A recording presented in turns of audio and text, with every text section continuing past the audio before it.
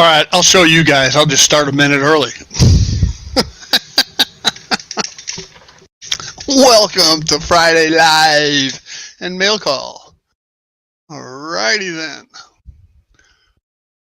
Woke up this morning bright and early, and I'm going through all the YouTube videos to, I get caught up every morning.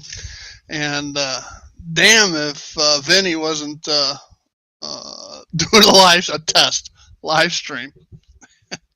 So I talked with him for a little bit. Anticipation is making you wait, huh, JB? So, one of the new features on StreamYards that he pointed out, and so I adopted it too, is in the banner section you can put a headline underneath your channel name. So where it says Steve Childers Retirement Railroad, the matinee modeler is new that I added. So, hey GWR, how you doing? I guess it would be this fine afternoon, working on getting to the evening, I guess, over across the pond. Hey Digger, I missed you too. It's funny how it'll. Hey Jack, how's it going? Knuckleheads or knucklehead couplers? Or you could call us worse, probably. All right. Today, my co-host won't be here. John with the C and EI. He's taking his 92-year-old father-in-law to the doctor today. So we'll miss him. Hey, Jared, how's that fine, outstanding, chilly, cold Iowa weather this happy morning? So he won't be here. So I'm winging it. I did send out one invitation. We'll see if he decides to join us or not. Hello, Alan at the Mason-Dixon Railroad. How's it going? Now we're flocking model railroaders. Knuckle-headed flocking model railroaders. Okay, we could extend this title out a bunch, couldn't we? Oh, it's a heat wave today? It's up above zero? You actually have a temperature? Oh, it's -1. Okay. Historically, the last week of January, the first week of February, the coldest weeks of the year. So, yeah, that's a heat wave for Iowa this time of year. Hello, Eagle Creek. How you doing? Chattis. So we're flocking, knuckle-headed, chatty model railroaders. All right. Well, here is someone we all know and love. Hello, Lynn. How you doing? Doing good, thank you. All right. How's your lovely wife doing? Sleeping, hopefully. Okay. I'm trying to keep it down a little bit. Alan, if you're the knucklehead, I'm the flocking. Let's put some light on this place. I was going to say you're a little dark there, but I see it's light outside through the window. Oh, yeah. A little. Hey, hi. Or hi.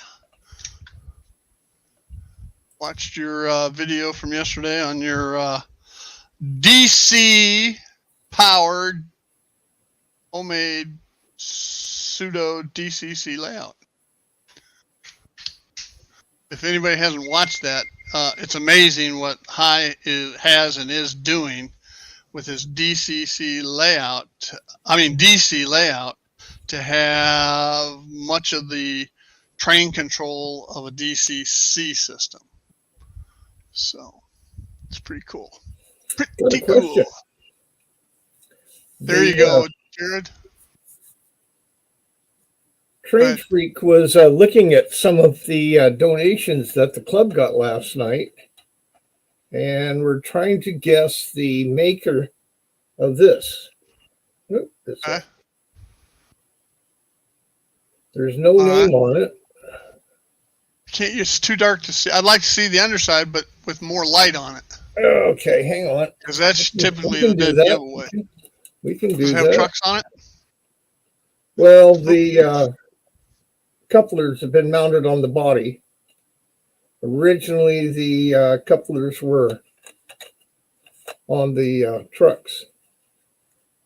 Looks like a Riviasi truck. That's It could my be a guess. Concord. Riviasi or maybe Walters, but it doesn't have much weight to it. No, that's not a truck. That's not a Walters truck. But rather interesting. Does it have an interior? No interior.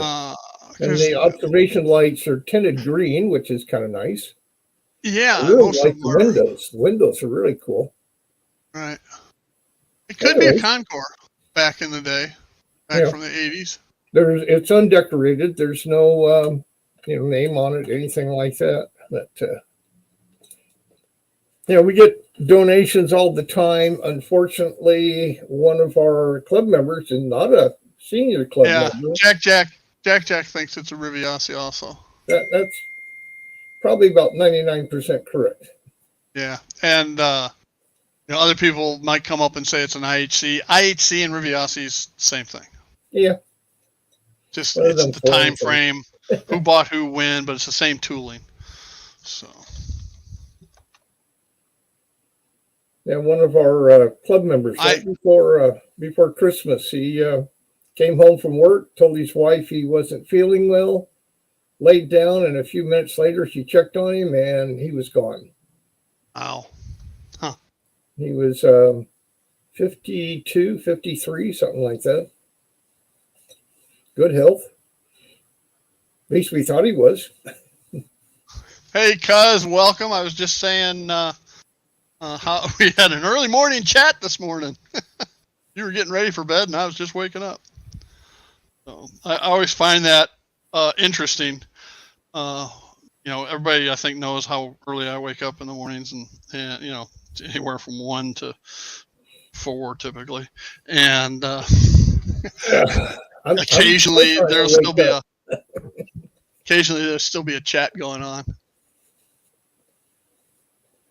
Yeah. I would venture a guess that what you're doing, you're spending probably more than what a DCC system would cost. Where you're actually saving the money is in the decoders of the locomotives, because you're building your DCC command and control system into blocks. All right. So you're not having to put decoders in each and every loco. So you're just controlling the blocks. And so anyway, now all you need to do is wire sound into each of those blocks so that you can blow a horn or a bell or whatever else you want to do it on each block. See? Hey, Jason, how you doing? We're talking to you too. Lynn just held up that car. You guys are trying to figure out what it was, and Jack and I have come to the conclusion it's a Riviasi. So, and I think Lynn concurs. I believe so. Trying to find something in my mess here. Oh, here it is. Oh, there you go. Hi, see?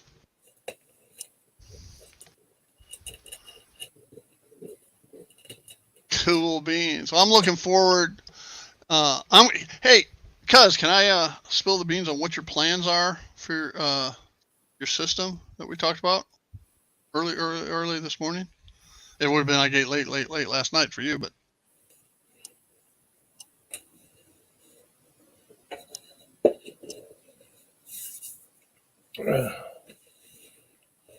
Steve, any new buildings you're working on? It's funny you should say that, Lynn. Man, I need to pay you to be my straight man, because that's exactly. I'm working on the main Chicago post office. All right. Oh. And I'm taking 2 of the big Walters post office kits and kit bashing. Okay. So if we take a look at that, let's try this camera. That's Union Station. All right, but I'll swing around. Swinging around. Oops, wrong camera. Let me switch cameras. I got two cameras over there. All right. So what I'm doing, should be it right there.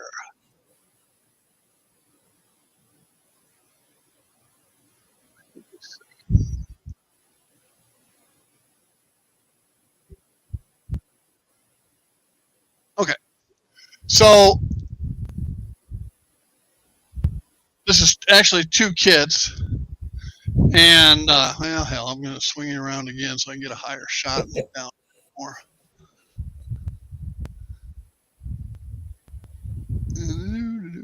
Okay, there it goes. Now, the main Chicago post office has what is now the Eisenhower Expressway on the west side of the post office. And it goes into or through the main Chicago post office and turns into Congress Avenue or street, whatever it is, running through downtown Chicago, right on the south end of the loop. All right, and when I say loop, commonly everybody thinks of the loop as being all of downtown Chicago. That's not technically the case. The loop is created by the Chicago elevated tracks. Okay, and it does not encompass the entire downtown area. But anyway, here nor there. That's your Chicago history lesson for today. But anyway, so this is Congress back here that runs out to Buckingham Fountain on the lakeshore. So I'm going to depict the road going through the middle of this kit. Okay, and the challenge here is, plus the subway system, the light rail or L goes down in and becomes part of the subway system at the Chicago post office too. I can't do that from the front side, so I'm doing it from the left side.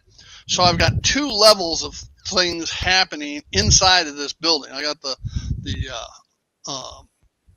trolley track here going in, and then I got the road going through. So I just finished today all of the pieces, the exterior pieces to the kit. All right. So I got to do the, and I've been filming this, so you'll get a series of tip of the days on the subject. Probably starting Tuesday with this one on Tuesday. I got a whole backlog of stuff in the can right now. Excuse me. And so then I got to get lighting and all that kind of stuff. So there's a whole lot still going on. And this is kind of a build in place and engineering it as I go type situation. So that's what I have been working on. That's 2 weeks worth of work there, because I had to build the foundation, which is below the kit, all right, to elevate it up high enough where the road is at the same height as the road behind it, all right, and give me enough clearance for the trolley line to go in and under the road.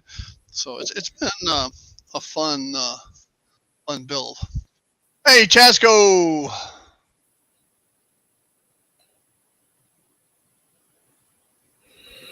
Yeah, I kit bashed to make. Yeah, it's actually two kits. Jack, so that it is bigger. Now, I can show you a picture of the actual one, and I've never professed to be a prototypical modeler, because the actual Chicago post office has a similar style architecture, but it's a different facade and so forth. So it's not the same, and it has more levels. But what I always say is a proto representative. All right. If you look at a post office, you see a road going through the middle.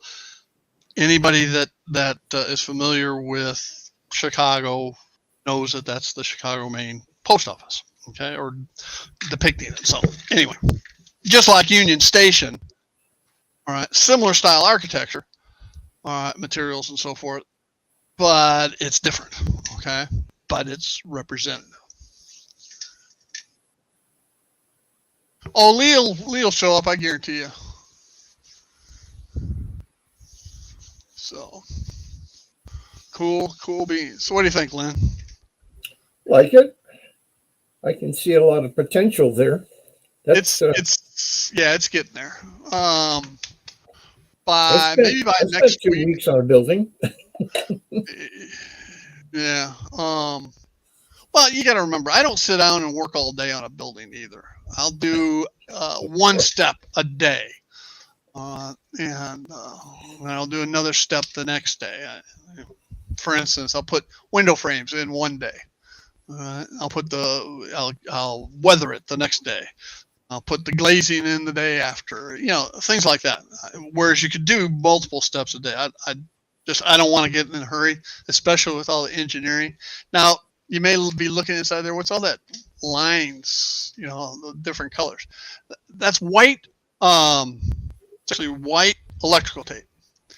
And if you look at the windows up close, all right, you can see that they're actually shades. All right, I'll show you that in a minute. Matter of fact, I'll show you now. Part of what I've done on the excess pieces, all right, from the 2 kits, I've created some other stuff. Right? So let's go back. In this picture here, there's 2 different things. This, the brick building straight away. All right, it's just a panel. It's actually 3 panels from that kit, okay, that I have propped up here.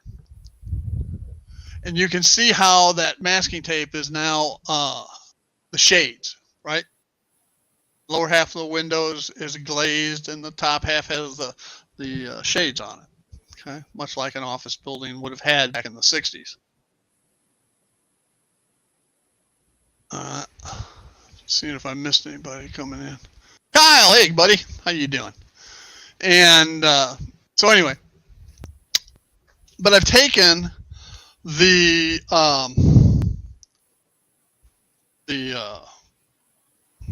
tape's coming off. The extra pieces and made a flat out of this. Okay, a background flat, because I've got a wall separator right underneath that camera that's on right now. There's a separation. There's also some back over here and so forth. But anyway, I can create a background flat with this. Okay, and I can actually take it 2 steps further, one in each direction. If I have a flat, I can add walls to it, and create. Well, one of my windows came out. Wonder where it went. Oh, I see it. Need to glue it back in. And I can create a background building, all right, with sides. And I need background buildings because that trolley line has to be hidden, all right, to make the complete loop, so that when youngsters come over, they can run the trolley. Because the whole idea of that trolley line is, I'm going to glue this window back in real quick. All right, so out of some of the extra panels that were available after bashing that kit, went ahead and made this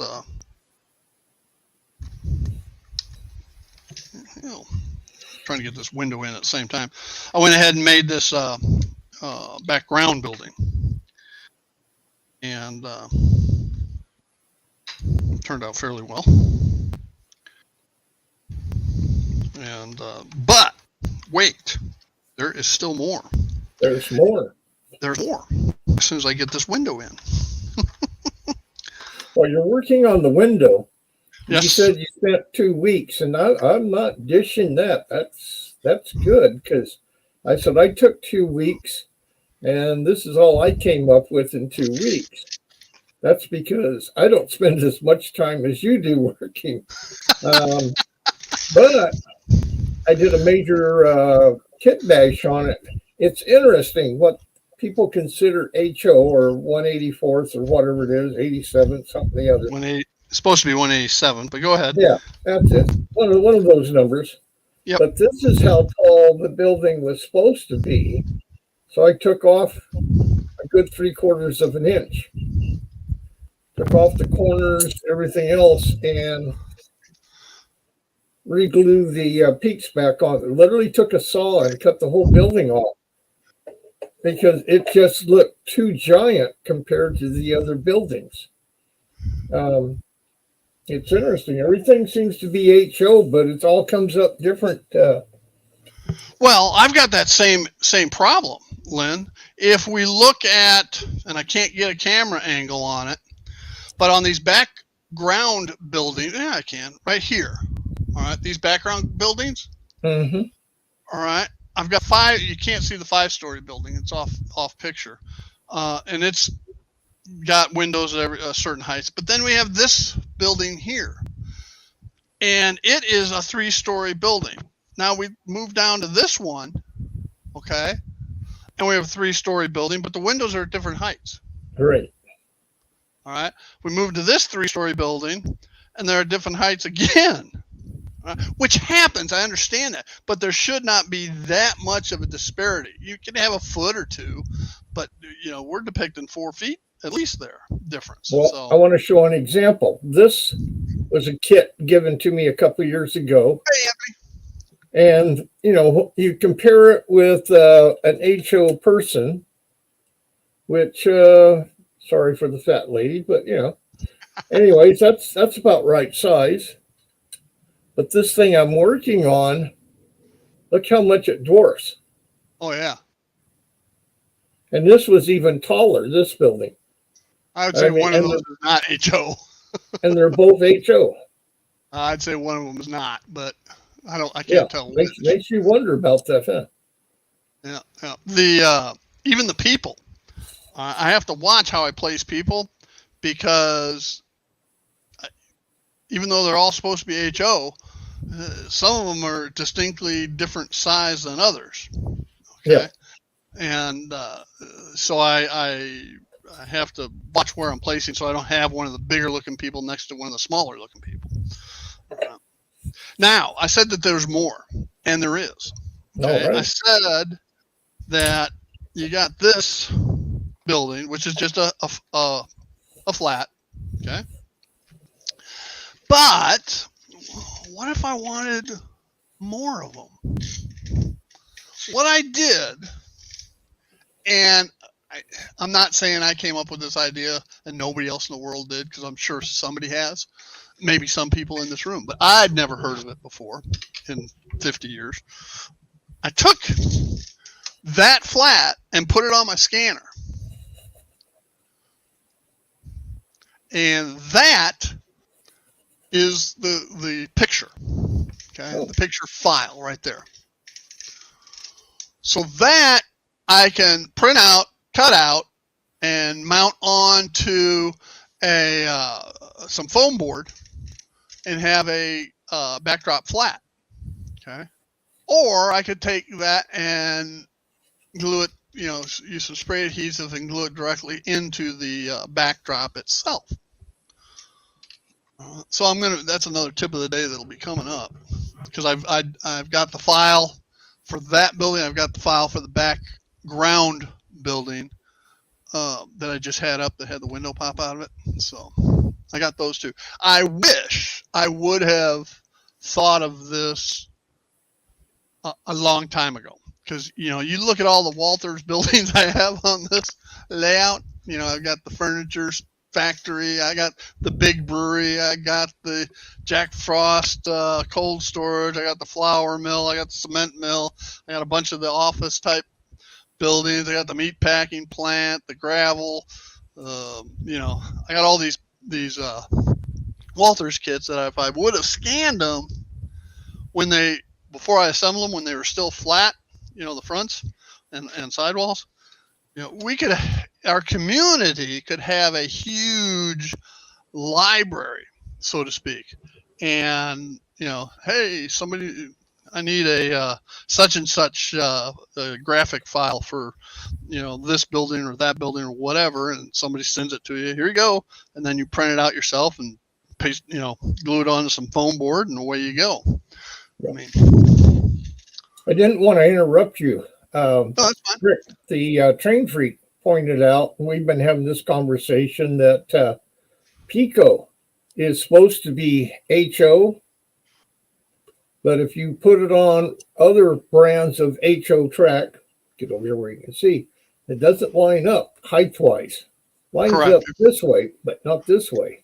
Right. It's gauged right. But they're both considered HO. Yeah, it's gauged properly, but not necessarily scaled properly.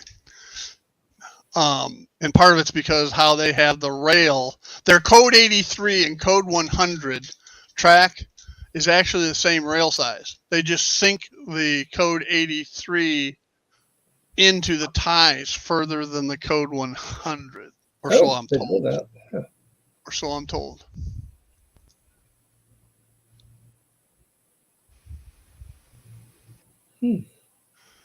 I don't disagree with that, Jason. As a matter of fact, I'm waiting for an ITLA shipment. It's shipped out last week and still hadn't gotten here. So it'll be on next. I'm sure it'll be on next week's Friday Live and Mail Call. So just realized, I think I called the train freak Rick, and Rick is not the train freak. That's Jason. Rick is that other guy. This one. Yeah, I'm sure it is. Sure it is, because that's why I prefer the Pico switches, but where it connects with the Atlas, I use code 100. So where they connect, I have to file, a couple of inches, a taper in a couple inches back on the Atlas flex track so that they line up better. And in all reality, it's not that big a thing, especially if you like clickety clack, because that slight difference creates a louder clickety clack. I see your regular co-host is commenting over here from the doctor's office. Yeah. Hello, John. Be looking for a package today or tomorrow, John.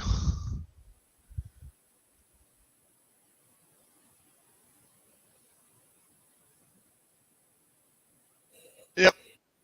Or file, one or the other.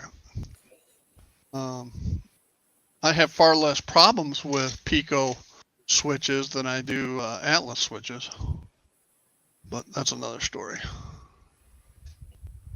Yeah, I'm using strictly Pico on my new modules. I have 2 4-foot modules that are going to go together, and one side, because there's going to be a track going across. And go with either Electrofrog or Unifrog. I don't know, whatever they are. Well, they have 3. They have Insulfrogs, Electrofrogs, and then Unifrogs. Unifrogs can be either or. This one says Electro. Okay, then you need to wire up the frogs. If you're using Tortoise or Smales, you can use one of the double throw switches that's built into it to electrify that frog, and it'll change polarity automatically depending on which way you throw the switch. So. These are going to be strictly manual. You'll flick them back and forth. Jason, do you remember a conversation we had about a year ago where I said I didn't like Atlas switches and why I didn't like them, and you said you'd never had any problems with them? Do you remember that conversation? Yeah, I've replaced all the Atlas on this. That's what I started with. I think there's one way in the background. All right, bye, Vinny. We'll see you tonight. I'm sorry, Lynn. No, that's okay. I'm just muttering over here. Hey, guys, how you doing? Uncurl these. I mean, people won't recognize me if they're straight up. It'll be incognito. Boing. Oh, that didn't work pretty well, did it? There we go. Great place for keeping pens and pencils. Got to go somewhere. You just kind of stick it through there. Yeah, but I have never trusted getting the power from the points. Yeah. All right, I have never trusted that, and I jumper my rails for that very reason. And in some cases, I've actually the hinged point rails. I've gone in and soldered those because on some of them, because the Smales or tortoises have enough torque or tension on them that they can still throw the points even if the hinge has been soldered. So and that just you just don't have I don't have electrical conductivity issues. I just don't. And unless I get dirty track. And even that's rare. The only time typically I have to clean track is after I've done ballasting or something like that. And it's gotten some glue or something on the rails, or I've done like the trolley, and I had to go in and clean the tracks underneath because I got dust and everything down on the rails in the station. So, thank you, John. I've got I can get rid of that picture now. A turnout point cleaning kit. Read about it online. It works pretty good. It's a little work, but I don't even have the parts for it around here within reach. But it's like a really. Go ahead. Oh, it just got a really tiny little fiber brush and this super cleaning material, and you literally get in there and clean the points with it, and they stay clean for a long time, whatever this stuff is. It's too much work for me. It's expensive, like $20 for a little bottle and a little brush. I got it years ago off of Amazon, where if I applied for a card, I got $15 off. So I got it for $5. That was okay for me. Cool. And cool. It's out there in the garage somewhere. I'm going to ignore John's comment and then go back to Jason's. No, I did not answer your question earlier about a double slip over. I did not see the question. What is the question concerning a double slip over? Or should I go double slip over?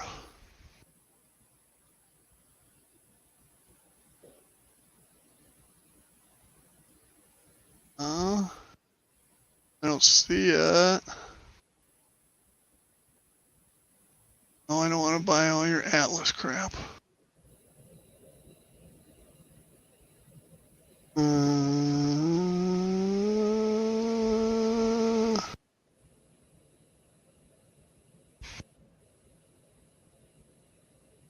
don't see your question, Jason.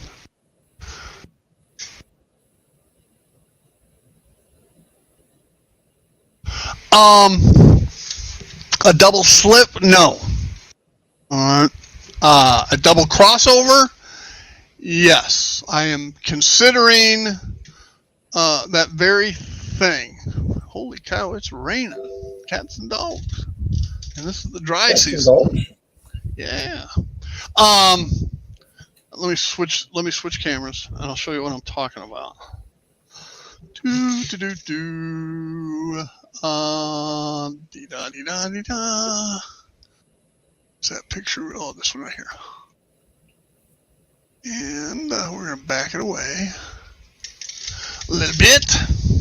I'm thinking where the bridge is. All right, now keep in mind I have a drop-in harbor scene that goes in here. All right, but I'm thinking about taking this bridge out and reworking the river into a smaller, little more like a creek or whatever. Because I never opened this thing up. All right, because the tolerances are so minute, they go down to like a 32nd or 64th, and I'm not that good of a modeler. Okay, just I'll throw it out there. I'm not that good to be able to refine it down to that. So I'm thinking about taking this bridge out and then putting in a double crossover in this section. Because the trains come in. There's two inside the station. There's 4 tracks, 2 for the outer main line, 2 for the inner main line, and then there's an extra one on the inner main line as well. But that's here nor there. But a double crossover here would allow me to fully utilize and be more versatile in the usage of those tracks. All right, so I'm thinking about it. I got too many other things to do.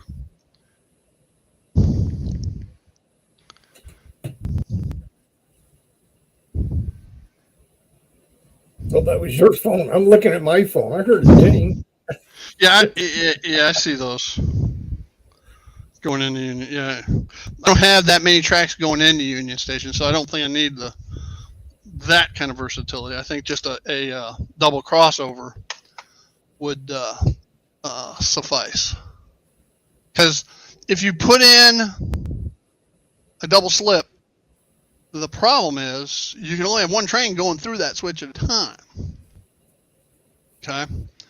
But a double crossover, if they're set just going straight, trains can still utilize each of the main lines separately. So, a double slip, you got to remember that picture you sent me, Jason, is also part of what used to be the car yard. And if you go back and look at some really old pictures of that south side of Union Station, you'll see all kinds of passenger cars lined up out there, primarily Burlington and Pincy, because they'd go in and use the track. All right, when the overnights and everything came in, then they pull the trains out, put them out in the car yard for all the commuter trains coming in and out during the day. So they needed that space and versatility to move stuff around out there. So, and I don't have a car yard per se. Yeah, it was you. I thought, I'm going, now why is Lynn sending me a message when he can just talk to me? It turns out to be Jason. So I don't have, and the other side of the coin is I really don't have that kind of room. And on the north end of the Union Station, I definitely don't have the room because it goes underground just after the switch tower. So.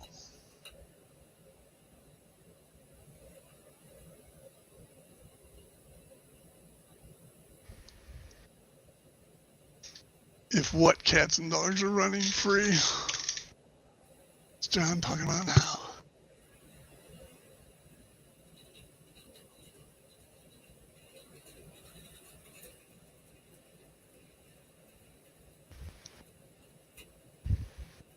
Are you still there? I'm still here, yeah. Oh, okay. I'm just trying to get caught up on reading some of the comments. I got to switch back. Oh, okay. I kind of read a few of them here. I turned the train on. At least got something moving so they know we're still live and not a still picture. Yeah, I use Atlas FlexTrack, but I use Pico switches. I still have a lot of Atlas switches, but as time progresses, I'm sure I'll end up replacing a lot of it.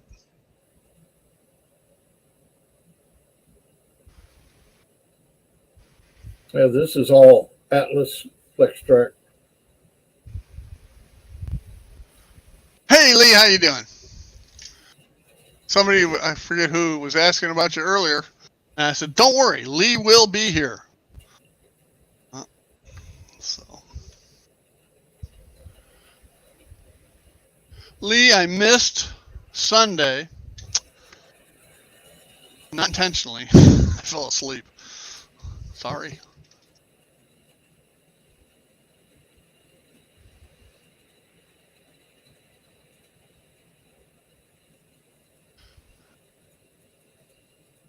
Yeah, tortoises will tear up Atlas switches. It's just the way the throw bar on the points is connected compared to a Pico. But anyway.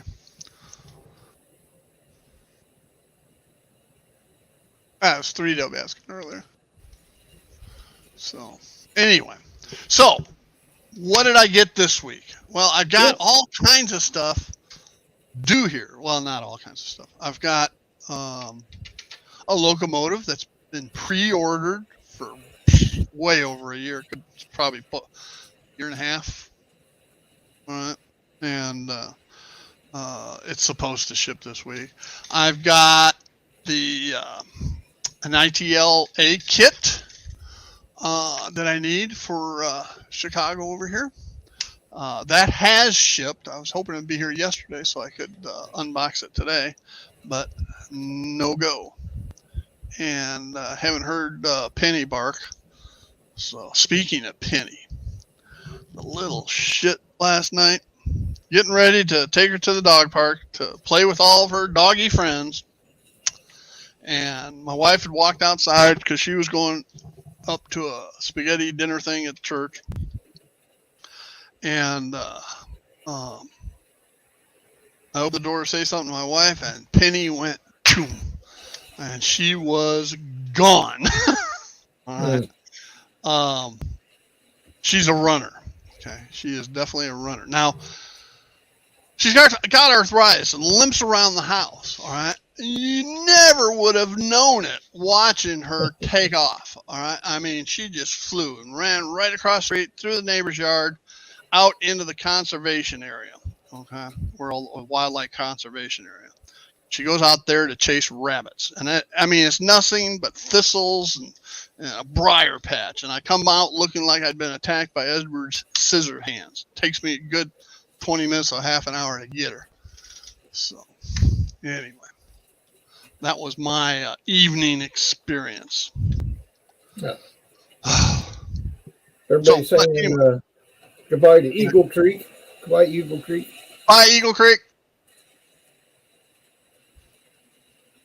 All righty, we see you later. But I did get, Wednesday I had to go to our HOA attorney's office and do some HOA business. And coming back, I stopped by Lowe's, and because I needed some more matte clear finish there. This is a chalky version, which I've never tried before. Chalky finish. So what I use it for primarily is glazing the windows. All right. I've said it a bunch. I'm not big on doing interiors to buildings, but on the flip side, to me, nothing looks worse than being able to look into a building and see wiring and everything on the inside there. So I take matte clear finish and glaze, spray a finish on there, and it gives it a translucent or frosted look to it. And, it still lets all the light out and looks good when lit and so forth. So that's what I use it for. Plus, I use it. I won't use this chalky for sealing. I don't think sealing, weathering and so forth. I'll have to do a test try on that. But so I got some of that. And the last time I bought, when I showed you this panel a bit ago, on the whoa shit, excuse me. Building down. On the inside, I always spray the insides with a primer, with a gray primer. And the reason being, it stops the light bleed. Some of these LEDs are bright enough that just, you can see it through the plastic. So I coat them all with a light gray primer. Well, the last time I bought gray, I just walked in, saw the cap. Oh, there it is. Boom. Got it. Flat gray. That was a bad decision. in that, this is dark. And I want the inside to reflect the light. I want the brightness.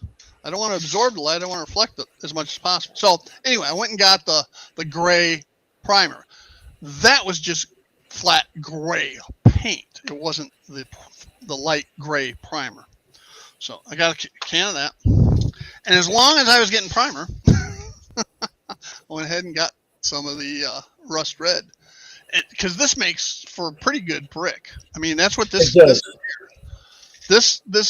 here was the tan brick from the kit, and so you got the gray on the back, and then the primer on the front, and then I tried to use the latex white caulk, but because of all the ridges and so forth, it just didn't work right. So I went ahead and used a white wash on it, and then came back with a little bit of India ink, acrylic black wash, to signify, drippings down the sides and so forth. It's not the best weathering job, but I really don't care. That building's going to be hidden underneath the L platform and not subject to much scrutiny. When you go paint shopping, look for terracotta. Yeah, I've seen that. That is a really nice brick. Of course, I do Southwest desert and all like that. Yeah, but, we have terracotta is when you say clay pot, that's terracotta. Right, exactly. That red, the orangish red clay. Yeah. So yeah, exactly, spot on. And then one thing I always need to have extra of is because I try, as I said this 100 times, things that I use a lot, I want to have a supply of, because there's nothing worse than running out in the middle of a project. So I was down to the last inch in my caulk gun of the Quick Seal Ultra clear.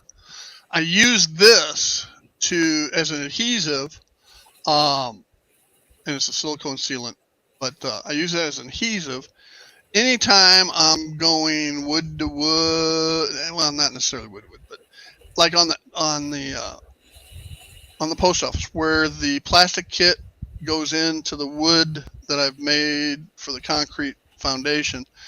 I'll use this to adhere it. I've got a base. I've got some interior foam core walls that have to go in there. All of that will be done with this. So I got 2 tubes of this. I also use it to lay track, cork, a lot of stuff. When in doubt, use Quick Seal.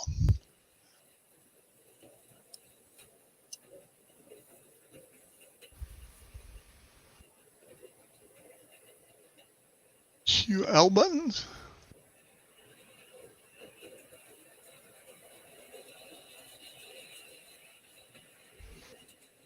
Oh, can't find the parts. Yeah. Like I had an envelope with 3 Keep Alives. All right. Stay Alives, whatever Digitrax calls them. And I had a couple free minutes. I figured I'd throw those in a couple locomotives. I can't find them anywhere. I don't really believe in ghost, but I do believe there is something that goes on. Gremlins. Gremlins, yes. Poltergeist, I know. Yeah, I used to blame my wife. I can't, that's not fair. She doesn't do anything out here. So. When my wife was in the hospital with the stroke and recovery and all like that, I had a lot of insurance papers, and of course I was supposed to come to Tampa. We had to cancel that. We had travel insurance, but I had to deal with it, fax them all kinds of paperwork showing what we paid, when we paid it, and of course why we couldn't go. Prove she was in the hospital and all like that. Had a binder about yay thick of all this paperwork. And of course, the insurance company, they said, well, we need another copy of something. I don't know what it was. For days, I tore this room apart. I tore the bedroom apart, the dining room. I could not find that folder. Nowhere. A couple of days ago, I'm online with Nisi J, the new member of the Sidetrack Sunday.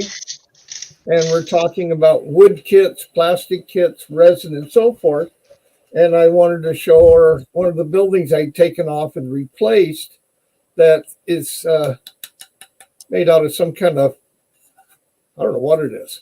It's not resin wood or hydrocal. Yeah, something like that. Just wanted to show her, how it could be weathered and looked and all like that. I couldn't find this. 2 days ago, I look up on a shelf and there it is.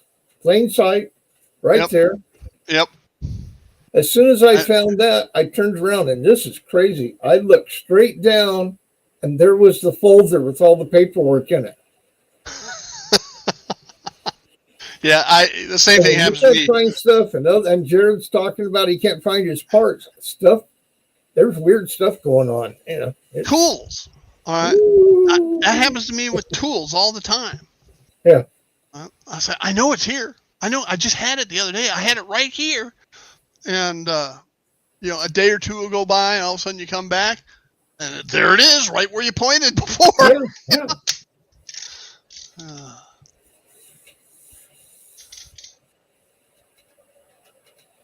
So there is something spooky going on. I don't know.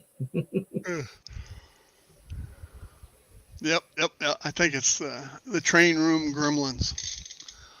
So we had talked about tortoise motors. I had a collection of them that the club needed, and I'd literally emptied the room out. Of course, this was back when there's a few less boxes in here, but took everything out of the room. One of the club members, his wife came over with him, and we're looking for the stuff, and we're carrying it all out of here. And she comes in and sits down at the doorway, and she goes, well, what are you looking for? So I indicated, what they were, and she goes, well, isn't that it right there? Yep. And this other guy and I, we'd gone all through here and couldn't find it. And she just walks in and goes, and not even knowing what it was, goes, is that it? My wife and I, this is about a month or so ago, we're getting ready to take Penny to the park one night, and we're out front. And I said, oh, wait a second. I got to go in and get my phone. And she started laughing. I said, what's so funny? She goes, it's in your hand. Lynn, at least we have an excuse. We're old, right? Yeah. Jason, you're absolutely right. The bigger the room, the longer it takes to find what we're looking for. And Joe, you're right as well. I've got, as a simple example of what Joe said, I have 2 pin vices because I couldn't find one. And the day that the new one arrived is the day I found the old one. I was pissed. Well, that's a guarantee way of finding things is buy another. Yeah, exactly. I guarantee you, though, that with the 2 of them, I can keep different size bits in them, and it actually works out pretty well. So it's like I have 2 battery drills plus an impact, so I don't have to switch things back and forth all the time. You know why, John? C&E-I, John. You know why it's the last place you look? Because you found it and you don't have to look anymore.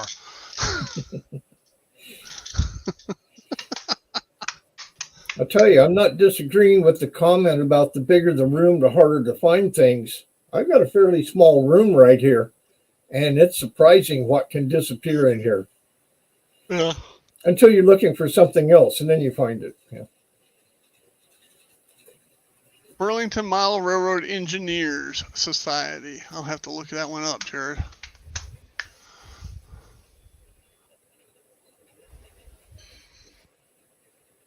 I'll have to look that one up.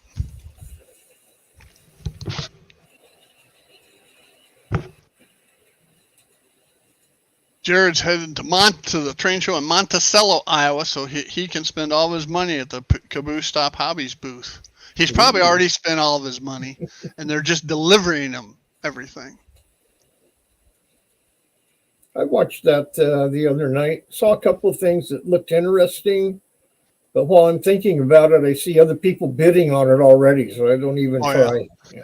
If you're not looking off to the side to get an advanced look at something, you're not going to get it on the Wednesday night show. Not, the Monday show is typically a lot of low price stuff. The cheap junk stuff. It was actually Monday. They had dry transfer lettering. I saw that. Yeah, they had. I saw that. Several sheets of it. I thought about it, and then I was thinking about. I thought about it too. You're going to charge $35? Stick them in an envelope for $1. Yeah. But I'm okay on that. I don't need it. Yeah, the Wednesday show, it's pretty competitive. Yeah. I see you on there. Yeah. Oh, I know. I'm, and Jason says you got to call to find out if you want anything, and I don't even bother. All right. What I do is I just go a whole month. All right, and then I check with them. All right, and I've said it 100 times before. The box arrives. 9 times out of 10, I don't know what most of it is. And it's not from. It may not be from what I thought it should be, but from the month or two previous. All right, I think they probably start multiple boxes or whatever, and then they find the old one and like this last shipment I had, something came in from November. Was in that box, and I'm going, okay. Not that I didn't want it, and I don't care. It's a fun experience, and it's always interesting to see what's actually going to arrive. We need to wish High a good dinner. He's taken off to go eat. I haven't even had breakfast. Did you call? They didn't, Jason, they didn't ever say what that brass engine, how much it cost, did they? I didn't hear that. I heard what the brass caboose was. I'm going, there's no way I'm going to pay that for a caboose. Yeah. I don't care if it's gold. So, back in the, 60s, 70s, 80s even, maybe even into the 90s, you couldn't get the detail in plastic that you could get in brass. But the injection molding process has been refined so much now. It's hard if they invest the money in the right tooling and process. You can get an plastic injection molded model that's looks every bit as good as brass, in my opinion. Jason, $1,447, Jason, or $725. Jared says $1,447. Jason says $725, but $725, I could get at least 6 DCC locomotives for that.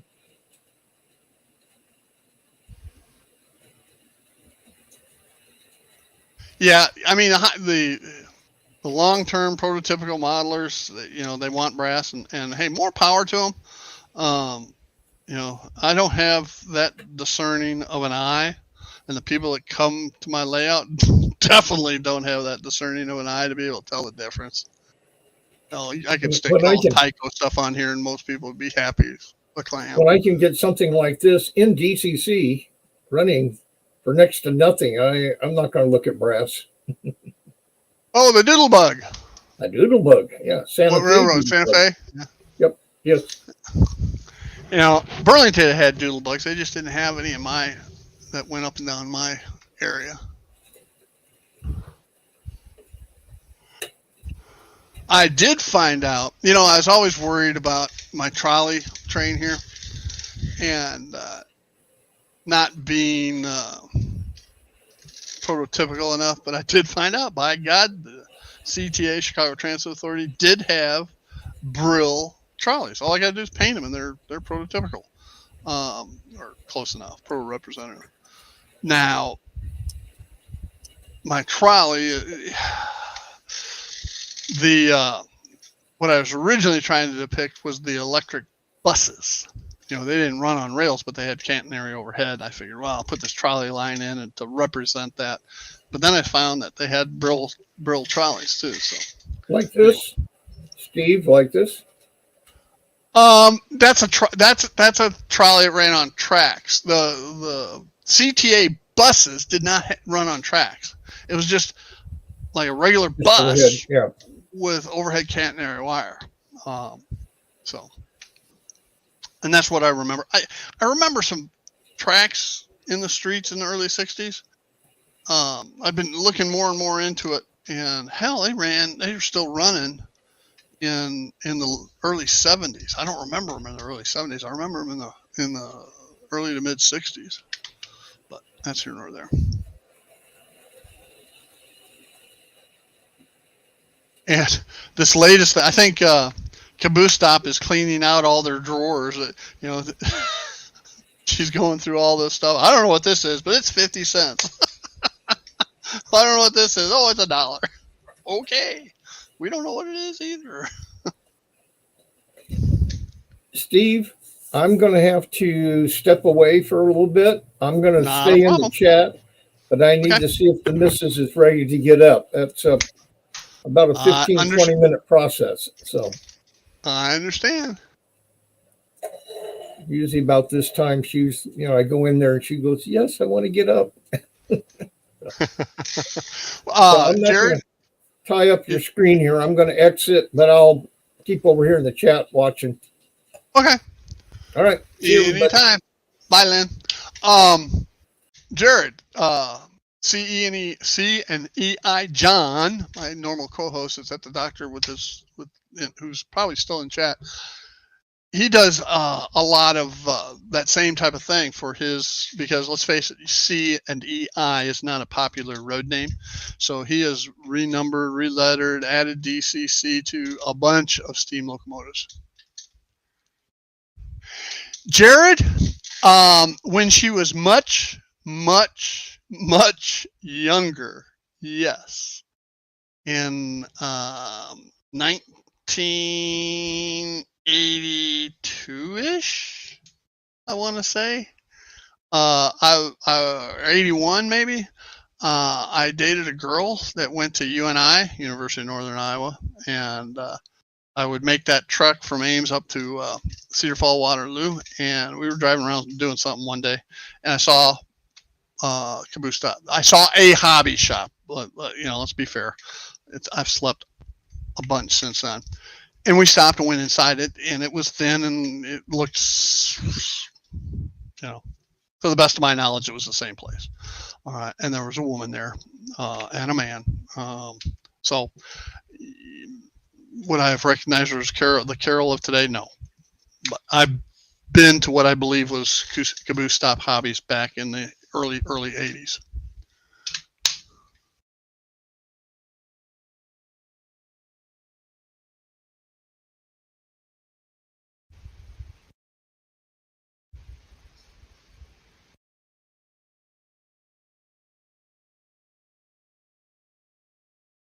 Brilliant Mile Railroad or something society. Okay, cool.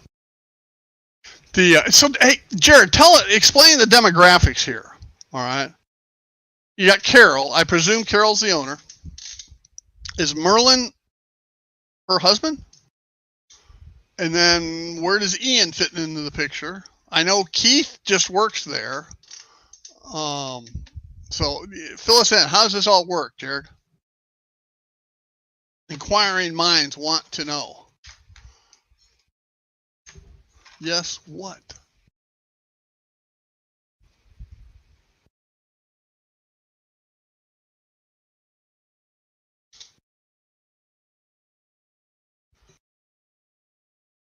Employees. All of them? Merlin's an employee?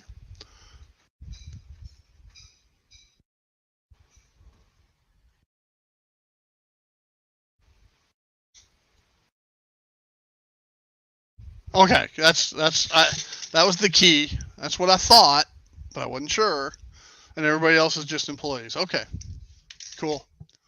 Yeah, I talked to Keith a lot because he's a Iowa State University grad, and he was in the marching band at the same time when I was a senior.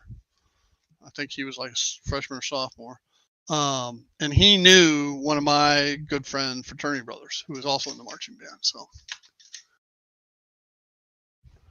okay. So thanks for clearing that up, Jason, Jared. I have been itching to know that.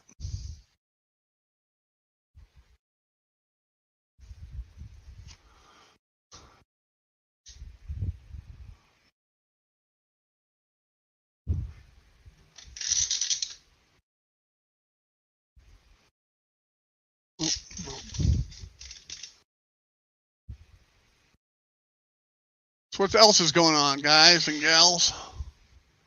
Guess I can get rid of this picture. I can get rid of that. I do need to check my mail.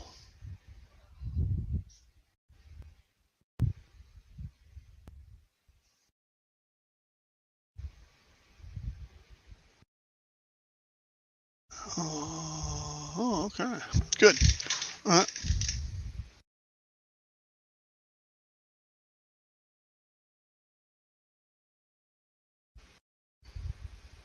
Yeah, I hear you, Bernard. That's why I never know. I don't want to take the time to go back and look. Was I or was I not number one? I don't know. If I get it, I get it. You put out a short yesterday, Jason? How come I didn't get a notification? I'll have to go look.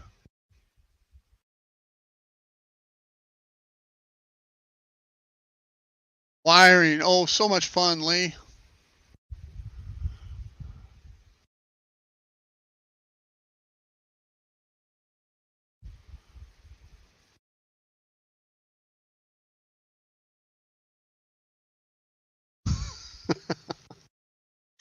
Yeah, you don't have the same kind of selection, Anthony, that we do. All right, because you're well. That's not a fair statement either.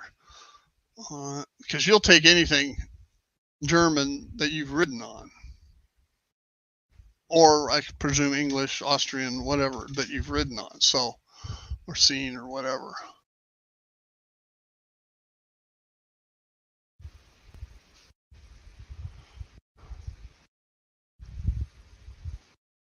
Huh.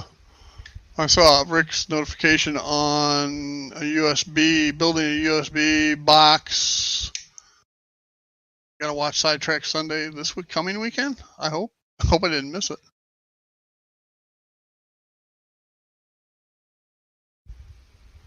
Holy crap. Oh, total, Bernard, not for 1 week. Or, I mean, not, you don't have that much pending right now. That's how much you paid so far.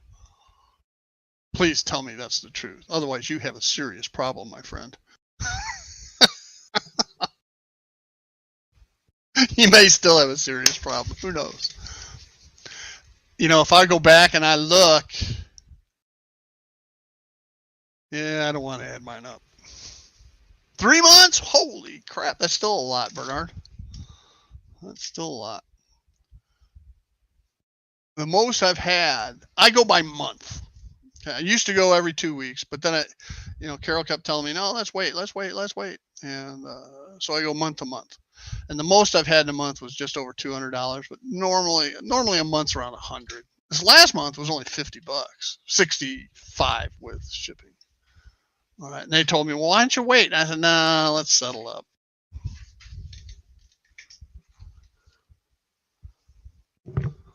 My wife was passing me a note.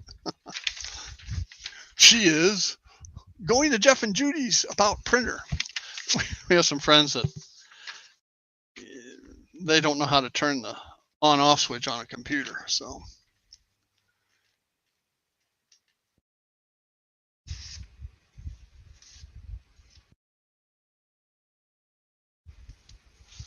Well, don't complain, Anthony. If my pre-order is like, I want to say 2 years, but it could be a year and a half. All right, on a locomotive. Anybody want to guess what kind of locomotive?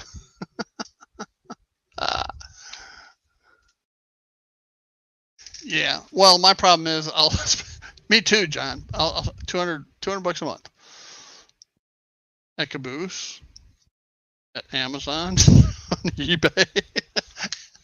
Yeah, I've cut back. I've got so many projects to do right now, and I've got most of the supplies to do them. So I need to limit starting anything new and start finishing some of the stuff. Now, the only thing I need to still buy, I still need some of the City Classic scenes with the 5-story buildings with a storefront on the first level. They have 4 different ones. They got 101, 102, 105, 106. All right, and I need to get 2. I need 3 101s. I need 2 102s and 2 106s. I'll have to look and see, but the paper was jamming. Ooh, don't say that, Anthony. I mean, they billed me this, what was it, this week or last week? No, they billed me last week for it. And it showed up on my credit card. Then all of a sudden it disappeared. It's not on my credit card anymore. All right. So I wrote them saying, hey, what's the story? Oh, it's going to ship this week. We've got the approval from your card. Okay. Whenever it hits. Yeah, so true, Bernard. So true. She is so funny to listen to. She drives Ian nuts. I know she does. You're a year and 4 months on 2 GP7s, John? Wow. Well, my E8's still longer.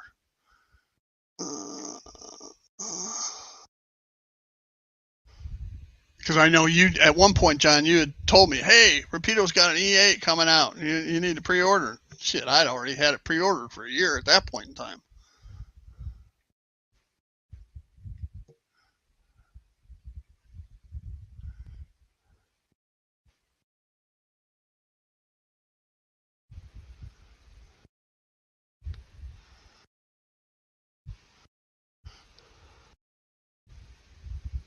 Oh, okay. Scale trains, all right. Yeah, I listened to their Q quality stream from Amherst this morning, and you got to hand it to those guys. They're doing the right things. If there's an issue, they admit it and they make it right. All right. Hell, I forget which locomotive it is, but it slipped through, got out, not right. They're telling everybody, keep it. We're going to give you a new one.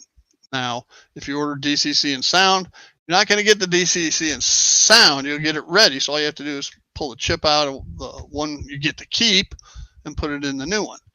All right. So, I mean, 2 locomotives, one for basically for free. I mean, they're doing it right.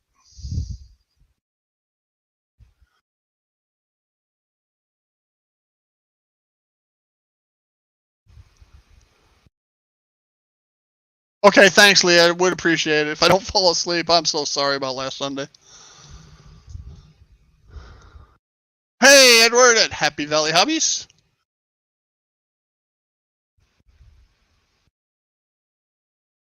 I had some Walthers bulkhead CV&Q flats that took a year and a half to get.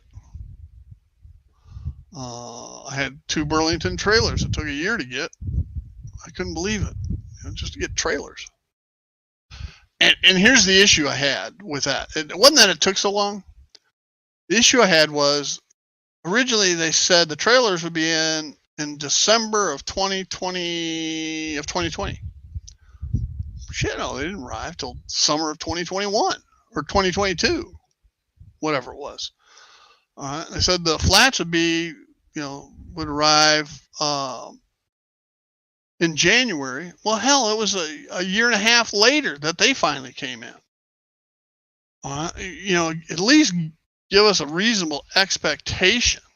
I don't have a problem in waiting. I have a problem in waiting longer than they tell you the wait is going to be. That's the issue. And I don't want to hear about logistics. All right. Crap like that. I mean, I came out of the field. I know what logistic challenges there are. If they weren't locomotives, so we didn't have electronic issues to deal with, chips, sets, or anything like that. All right. So anyway, there's an old business motto, all right? Under promise, over deliver. Right? That's what Scale Trains appears to be doing. And I'm not giving I don't own anything Scale Trains, okay? But if I hold them right now, I classify them as the best manufacturer out there, okay? In my opinion, just because of their business ethic.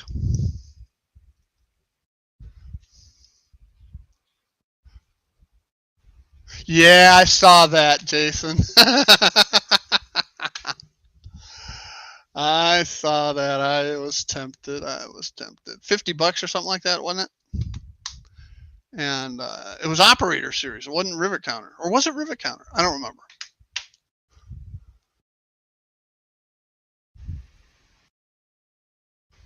So the only thing I don't like about Scale Trains locomotives are that they're ESU. All right. I would get it DCC ready personally. All right. Not that ESU is not a bad. I'm not saying it's a bad decoder. It's actually one of the better decoders. The only problem is you got to have their proprietary equipment to adjust CVs. I'm just not going to go there. Okay. There's a reason why the NMRI set standards. All right. So that everybody be basically the same. Just change your sound files. All right. You can change your mapping, do all that, but you should be able to manage your CVs in one easy manner. And that's just a pet peeve of mine.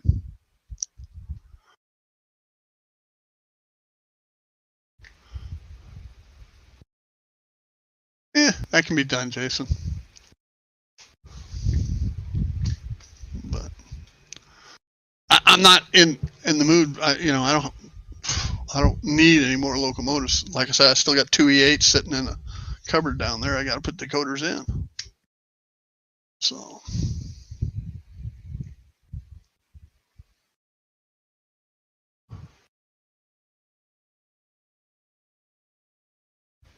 Well, John Bannicky, JB, they do have the MTH tool and die that they're working on. Their first one in that video that I watched this morning, Norfolk Western, I forget what steam locomotive it was, but it's a really good looking one.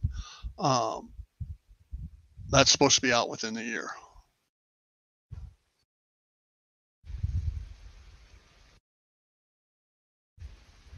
Kit Classics, that's what it was. Thank you, Jason. I want to stop by there. They're just north of Chattanooga. So I go by, we go through Chattanooga every time we go up to our kids, 2 of our 3 kids' places up in Tennessee.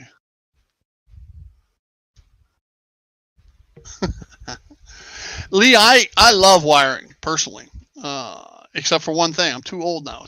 My body doesn't bend the way it needs to bend to get in and work on the wiring under the layout. Oh, early diesel. Okay, well, they don't have any early diesel stuff. I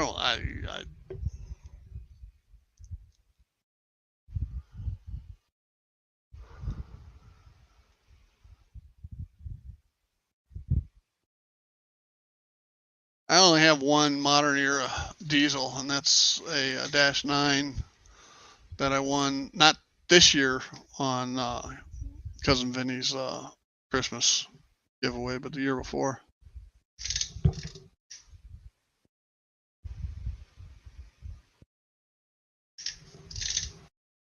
And it's actually a little long for this layout.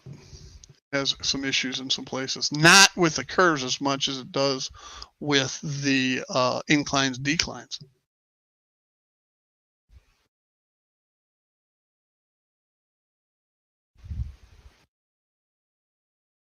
Joe, you and I must be related. I'm mid-60s, so I'm whatever I want to be. The car I won from Vinny on the show, the freight car I won from cousin Vinny this year is circa 1971 or 72 is the built date on it, insulated box car. But nobody's gonna. I got a 75 AMC Pacer car, and I got a 1990 Crown Vic police, Iowa State Police Interceptor. So just because they're part of the story.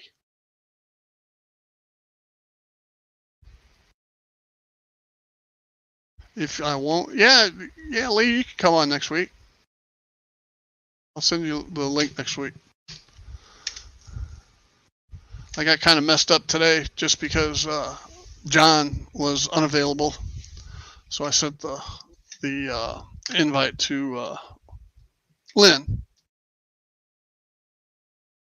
and it took him a while to find it.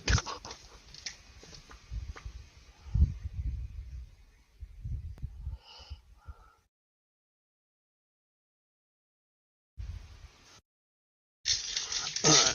I missed somebody's comment. It looks interesting. Hang on. Yeah. If anybody hadn't been following High's build and what he's doing with his DC layout, I can't recommend it enough. I'm amazed to watch and see what all he is doing. Now, I wouldn't do it. I don't have the patience to do it, and I don't want to program. So, but I'm amazed at just the process. I think it's very cool and ingenious.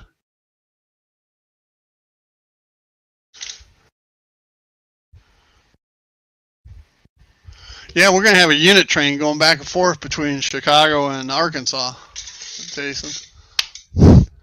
I still have a kit I haven't built. I don't know. I think this is the one I got from you, Jason.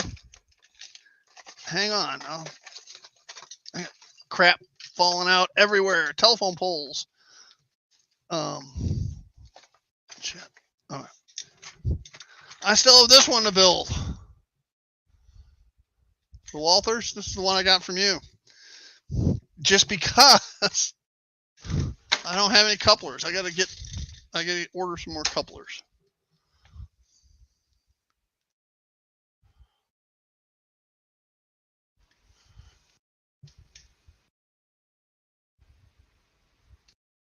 Oh, okay. Hi, that'd be cool.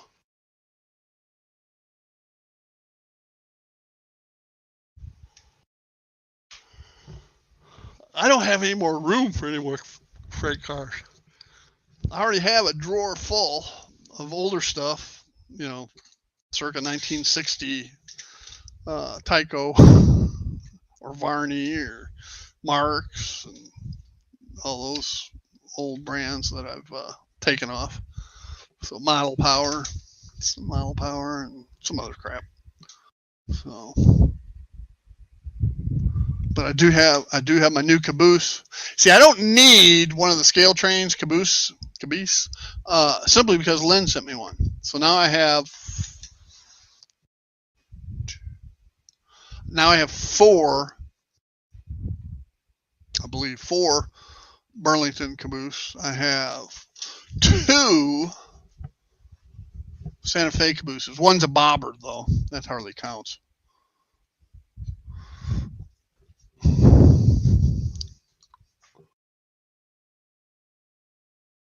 Like we're at 123. All right, I did get an Amazon shipment. I said it earlier in the broadcast. There's certain supplies I like to keep on hand. Well, the Chicago build between Union Station and all these background buildings and the uh, platforms down below and such have been, and street lights, and they've been eating up my lights. Okay, and so I was running low on lights, and the two major lights I use, right, they're both 5 millimeter. It's not to say I need 5 millimeter. I just find it the brightest and most versatile to use. They work good. They're the right size for E and F units, headlights and marsh lights. The 2 millimeter bulbs work better for the GP and SD units. But anyway, for the buildings, I like the 5 millimeters. And the two that I use the most, I use a warm white, and I use a white, which the white simulates fluorescent lighting real well. Okay, and for like storefronts, might have fluorescent lighting. Some warehouses, maybe some office buildings, newer office buildings, older office buildings are going to have the warm white incandescents, and headlights are going to be typically the warm white. So I was on eBay, and for $8.99 1-day delivery, 30 pre-wired with the resistors of the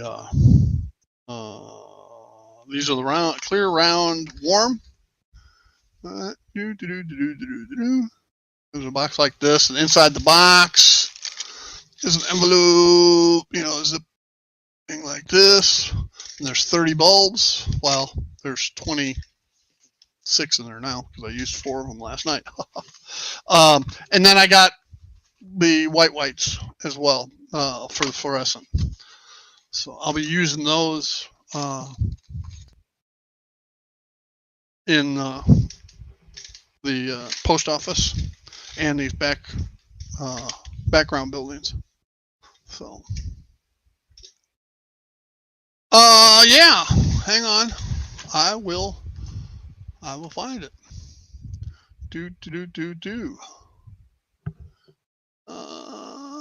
Hang on, Snoopy, hang on.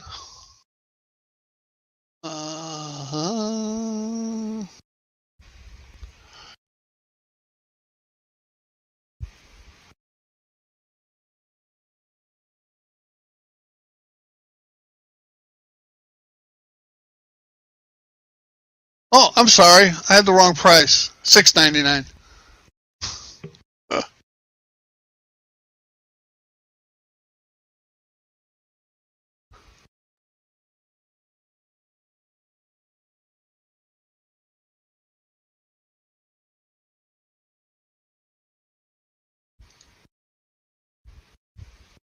There you go. And once you get to that, well, I'll give you the other link too. Not that hard. This one.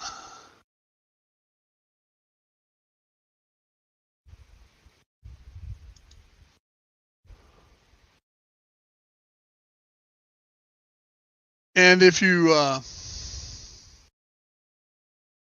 once you get to either of these,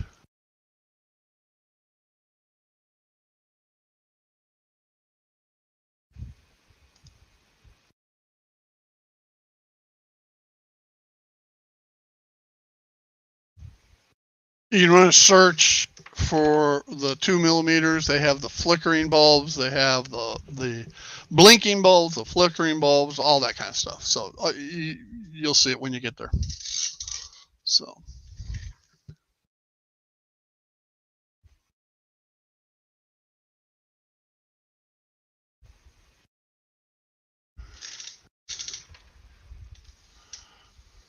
Oh, Jason Lee. Bye, Jason.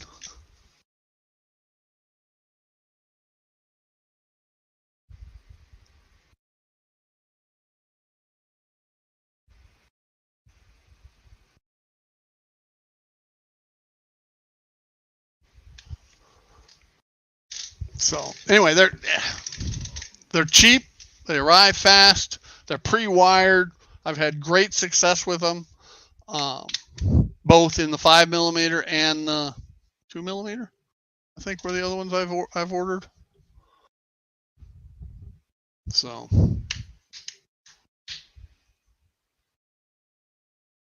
they work great.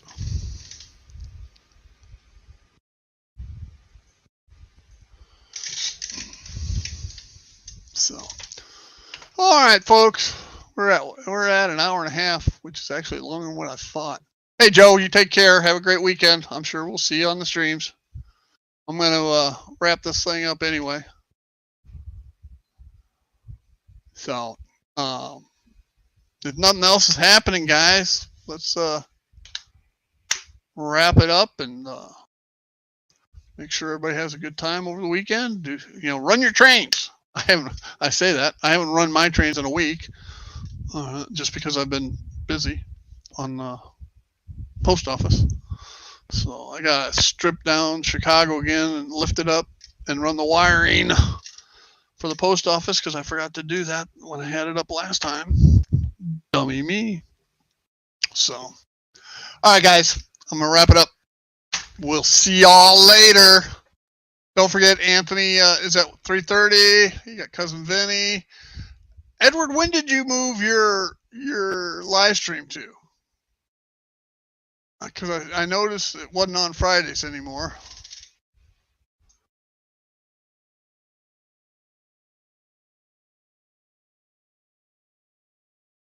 Before I sign off, I want to find out when Edward's live stream is. I saw you on Heath's or Mini Prince streams at Amherst.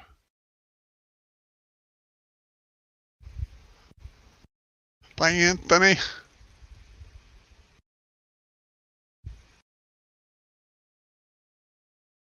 Keep the heat going, Bernard. Don't freeze.